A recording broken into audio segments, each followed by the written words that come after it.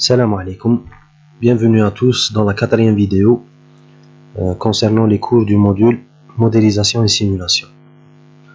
On va continuer dans cette vidéo avec des plugins qui nous aideront bien sûr à dessiner certaines formes, des formes assez spéciales comme les courbes qu'on est en train de voir ici.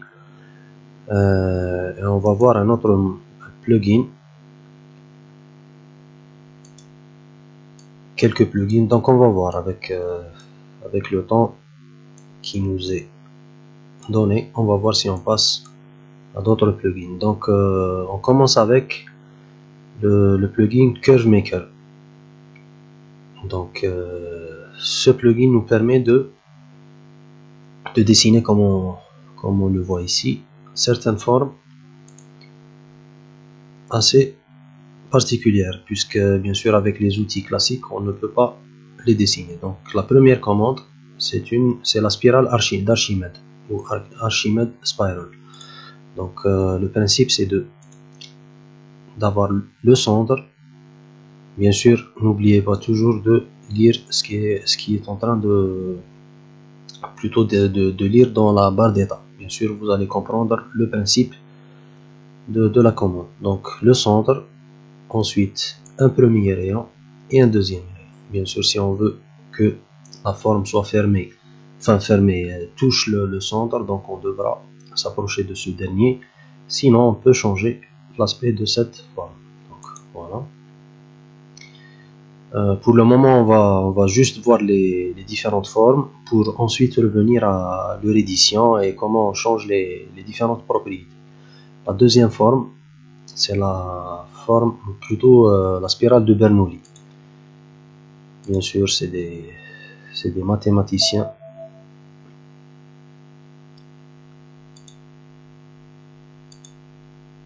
On va essayer de voir juste la distance. Voilà.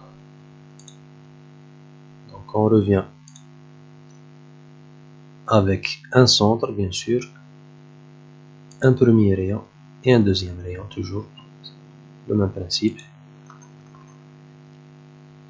La troisième c'est Cornu Spline.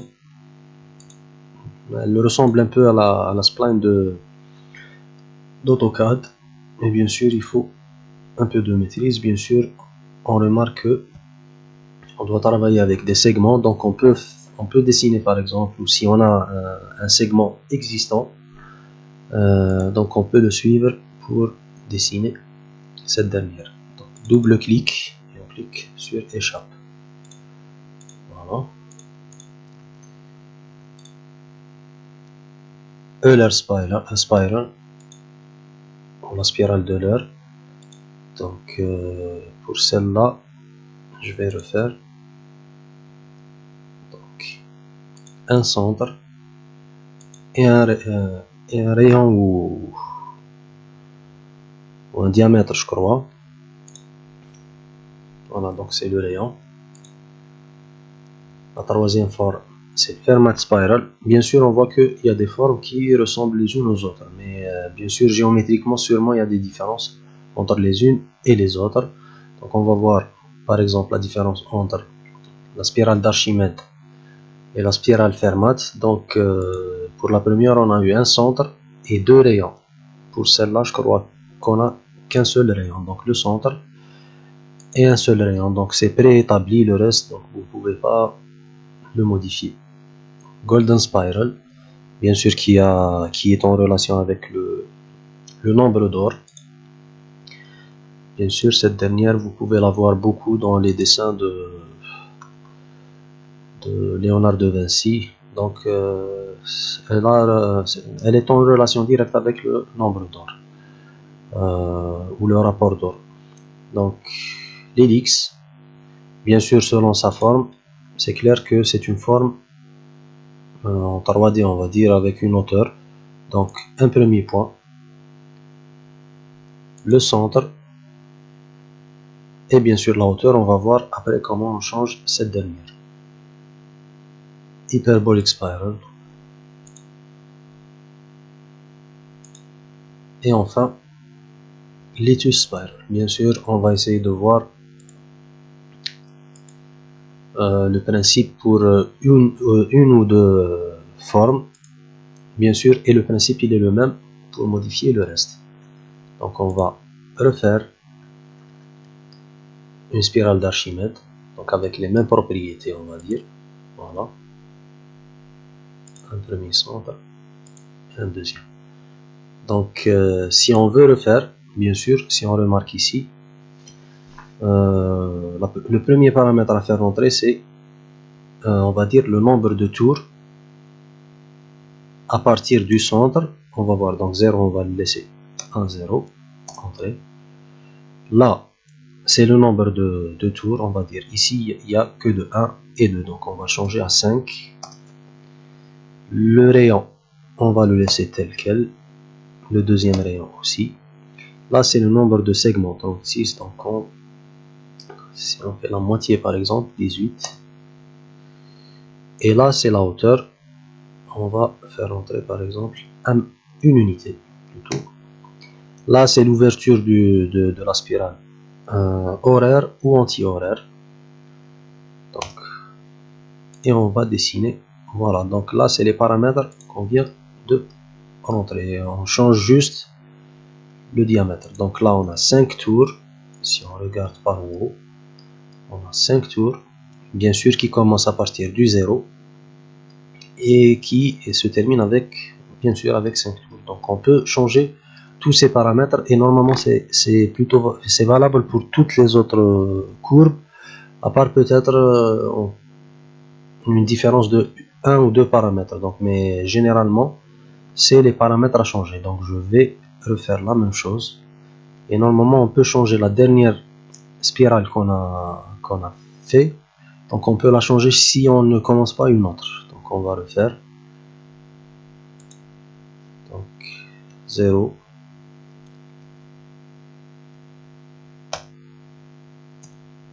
5 tours, le rayon. Bien sûr, 18 ici, c'est la segmentation. Donc chaque tour est segmenté sur 18. Donc de préférence, on le laisse comme il était, 32. Et la hauteur, c'est 0. Voilà. Donc c'est là où on peut changer. Bon, on va confirmer quand même. Là, on va changer le nombre de tours au début. Donc à partir de 1. Voilà, et on continue. 5, bon, on peut changer. Le premier rayon, le deuxième, la hauteur, 0, bien sûr la virgule, il faut faire avec la virgule et non le point, puisque la version française utilise la virgule comme séparateur et la version anglaise utilise le point. Donc c'est 0,5.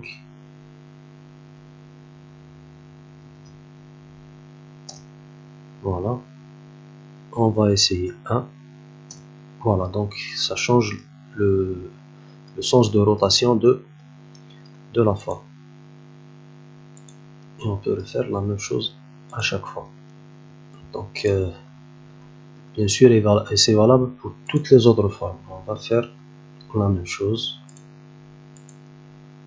Donc 0. Là c'est 3. Le rayon, on peut le faire entrer par lui-même. Voilà, donc là on a changé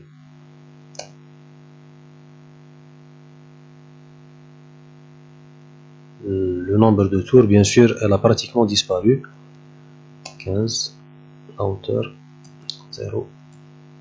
On refait parce que là elle a complètement disparu. Donc on fait 5 tours. Voilà, là c'est mieux. Le rayon, il est le même.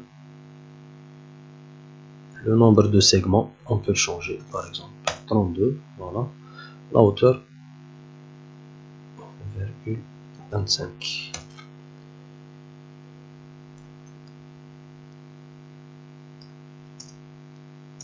On va refaire et on va changer juste la hauteur. 1 mètre par exemple. Donc voilà. Donc là on peut voir Vraiment, on a une panoplie de formes qu'on peut vraiment réaliser. Donc, on va dire que c'est le même principe pour toutes les autres formes. On va essayer avec l'ellipse maintenant. Donc là, 0. Le nombre de tours, 5. Le rayon, on va le faire. Et là, c'est juste la hauteur qu'il faudra changer. Le rayon. Le nombre de segments par tour. Et là, c'est la hauteur. On va faire 2 mètres par exemple. Et voilà. Donc, voilà pratiquement comment travailler avec cette forme. Et bien sûr, on peut utiliser maintenant plusieurs outils. Par exemple, l'extrusion pour faire des... Par exemple, je sais pas, en utilisant l'outil Follow Me. Donc, si on suit, on utilise l'outil Follow Me. Donc, la face.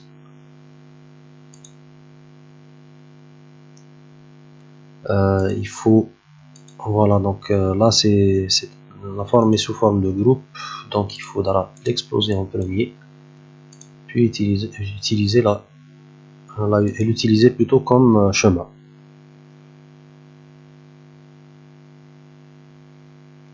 Voilà, bien sûr, donc on pourra utiliser plusieurs autres outils, on va les voir par la suite. En tous les cas, on peut avoir plusieurs formes intéressantes. Donc on va s'arrêter avec, on va plutôt passer à un autre plugin. Voilà, donc on a vu plus ou moins comment travailler avec le plugin Curve Maker. Maintenant on va passer à un autre plugin qui est un peu différent bien sûr. Donc on va s'arrêter avec les formes en courbe. Bien sûr, il faudra dire que il existe peut-être d'autres plugins plus intéressants ou plus performants, on va dire, mais en tous les cas le principe pratiquement est le même, donc essayez de les voir. Et bien sûr, ce plugin, on en a parlé la fois passée, donc c'est Fredo Tools plutôt. Donc quand vous l'aurez installé, bien sûr, vous le trouverez ici, la barre d'outils bien sûr, et c'est, on va voir, Fredo Tools, bien sûr c'est ce petit icône. Bien sûr, il suffit de cliquer dessus et on a tous les outils qui sont avec. Sinon, on peut aussi y accéder par plusieurs points. Voilà, par exemple ici, on a pratiquement tous les outils en plus d'autres paramètres, par exemple la traduction, les paramètres par défaut. En tous les cas, ce qui nous importe, c'est comment fonctionne ce plugin. Donc voilà, en premier lieu. Donc là, on va dire c'est un tableau, mais si on veut que l'un des outils suivants soit collé sur cette commande pour ne pas avoir à chaque fois à ouvrir la commande, donc bien sûr il faudra cliquer sur ce petit œil bien sûr pour qu'il soit visible. Donc, sinon il faudra éteindre et réallumer SketchUp pour que ces modifications soient appliquées. Donc on va essayer de le faire assez rapidement parce que vraiment il y a plusieurs, on va dire une vingtaine de commandes. Donc on va essayer de faire vite, bien sûr, pour terminer un peu dans le temps. Donc la première commande c'est, je sais pas si on a angle inspector, ou plutôt on va dire c'est clair que c'est pour mesurer les angles. Donc là on peut voir dans le rectangle jaune que l'angle entre l'arête qu'on a choisi et une autre arête, n'importe quelle autre arête, donc on peut choisir celle-là par exemple, celle-là, celle-là. Donc bien sûr on a l'angle entre les deux et l'angle supplémentaire bien sûr avec lequel l'addition de l'angle, on a 180 degrés. Donc c'est vraiment, on peut avoir des arêtes vraiment improbables. Donc là par exemple c'est clair que c'est 0, là c'est 90, ici c'est 156. Donc c'est un outil assez j'ai dit que c'est des outils qui paraissent assez simples et assez inutiles, mais vraiment on peut trouver leur utilité bien sûr en les utilisant. Bien sûr on peut choisir sur une arête par exemple ici, voilà. Donc là en cliquant on change de côté. Donc on va pas trop s'attarder sur ce. Bien sûr il y a toujours des paramètres à suivre, donc essayez toujours de lire. Sinon pour avoir de l'aide, donc vous cliquez tout simplement sur ces livres, enfin je crois c'est des livres, oui, mais il faudra être connecté. Là aussi on peut avoir les paramètres, donc on clique dessus et on peut changer normalement pour chaque outil de ces outils là. Donc on peut changer les différents paramètres, voilà. Donc là chaque outil normalement contient les paramètres par défaut. Donc là aussi on peut cliquer sur les commandes qu'on veut avoir apparentes, voilà, sinon on les désactive. Donc la deuxième commande c'est auto reverse faces. Là c'est des fois quand on crée des formes assez complexes, ou des fois par, je sais pas, il arrive qu'il y a un problème lorsqu'on crée justement une forme en 3D. Donc on peut se trouver avec des formes comme ça, par exemple des arêtes qui sont inversées. Et là bien sûr essayez d'avoir toujours n'importe quelle forme, donc essayez toujours d'avoir les faces blanches face à vous, bien sûr, parce que les faces bleues, il y a toujours des problèmes, surtout lors de l'exportation, par exemple vers d'autres logiciels comme Lumion. Donc essayez toujours d'avoir, donc on peut bien sûr cliquer dessus et faire inverser la face. Mais sinon si on a plusieurs formes, et des fois comme par exemple quand on a ici plusieurs éparpillés un peu partout, donc ou bien avec cet outil, ou bien on sélectionne par exemple ici, on sélectionne et on clique sur Auto Reverse Faces. Donc il le fait, bien sûr il le fait sur la sélection. Sinon si on ne sélectionne pas et on clique dessus, bien sûr il va l'appliquer à tout le modèle, bien sûr, et donc toutes les arêtes inversées, on va dire, vont être réinversées.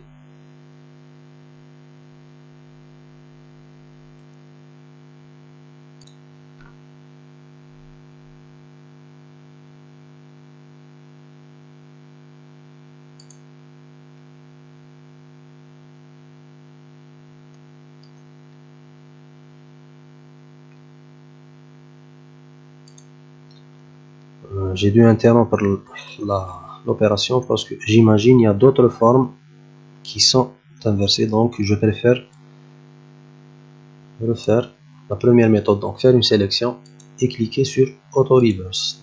Voilà, et le problème est résolu. On passe à l'autre commande, donc c'est couleur par altitude, comme son nom l'indique. Donc on va choisir par exemple ces trois formes et utiliser couleur par altitude. Je vais juste refaire la sélection parce que je n'ai pas touché les faces. Donc, coloré par altitude, bien sûr, on a plusieurs.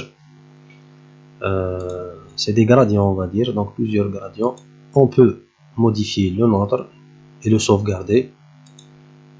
Sinon, il y a d'autres paramètres, on va voir. Donc, on applique dessus. Et vous l'avez compris, donc il fera un gradient de couleur, comme vous le voyez. Et il vous donne même les faces, on va dire, une projection plutôt des formes. Donc et là,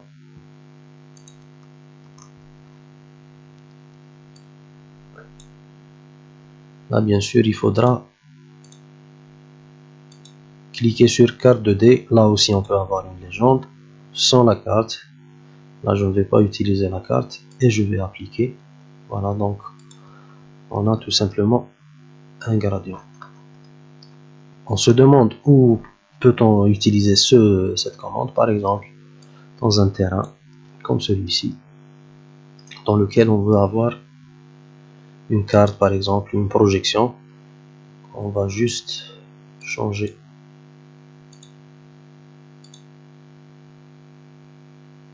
Voilà, donc on pourra avoir, bien sûr, là le plan est simplifié, mais on pourra changer.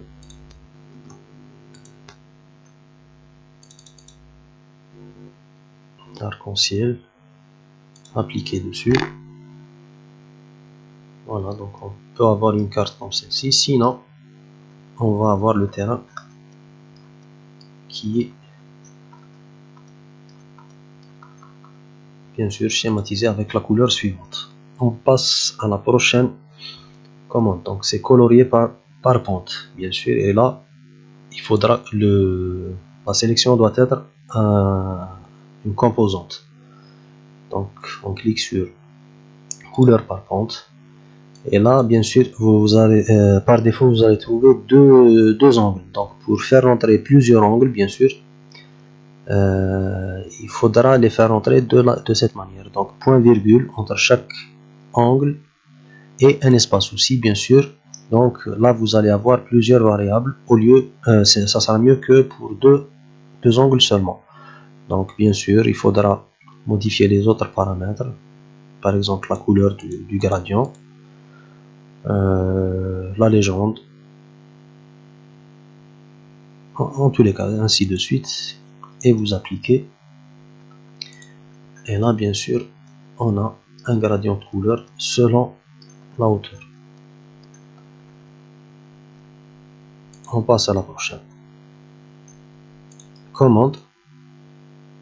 Bon, là color flat mode, il va bien sûr vous remarquez que dans l'affichage de SketchUp, là il y a une certaine nombre, donc les couleurs changent avec cette couleur. Donc en utilisant les couleurs plates, vous allez avoir les véritables couleurs des objets. Mais je vous déconseille de le faire parce que même visuellement, vous allez... Voilà, là c'est mieux. Donc on imagine un peu les rondeurs et les courbes dans chaque fois.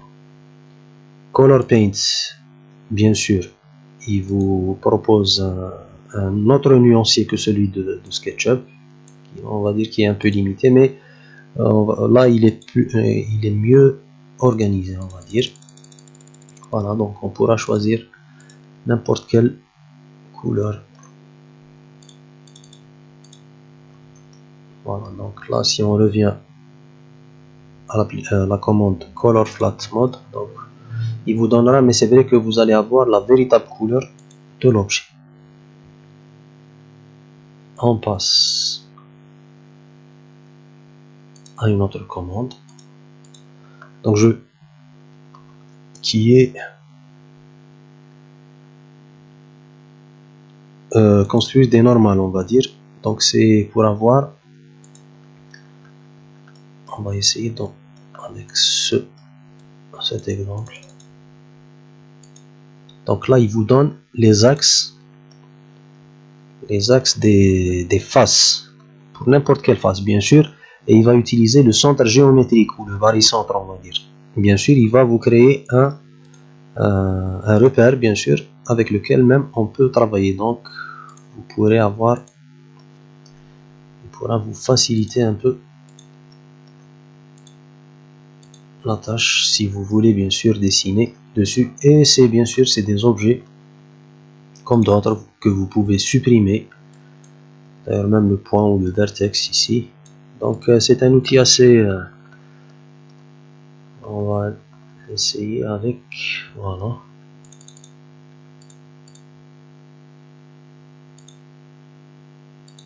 là c'est un bloc. Voilà, donc vous pourrez toujours avoir ou plutôt trouver utile cette cette fonctionnalité. Donc on va s'arrêter ici pour le moment, vu qu'on a déjà dépassé les 25 minutes. Donc on se retrouvera dans la prochaine vidéo, Inch'Allah, pour continuer un peu avec l'outil, ou plutôt le plugin Fredo. Merci pour votre attention et à la prochaine vidéo, Inch'Allah.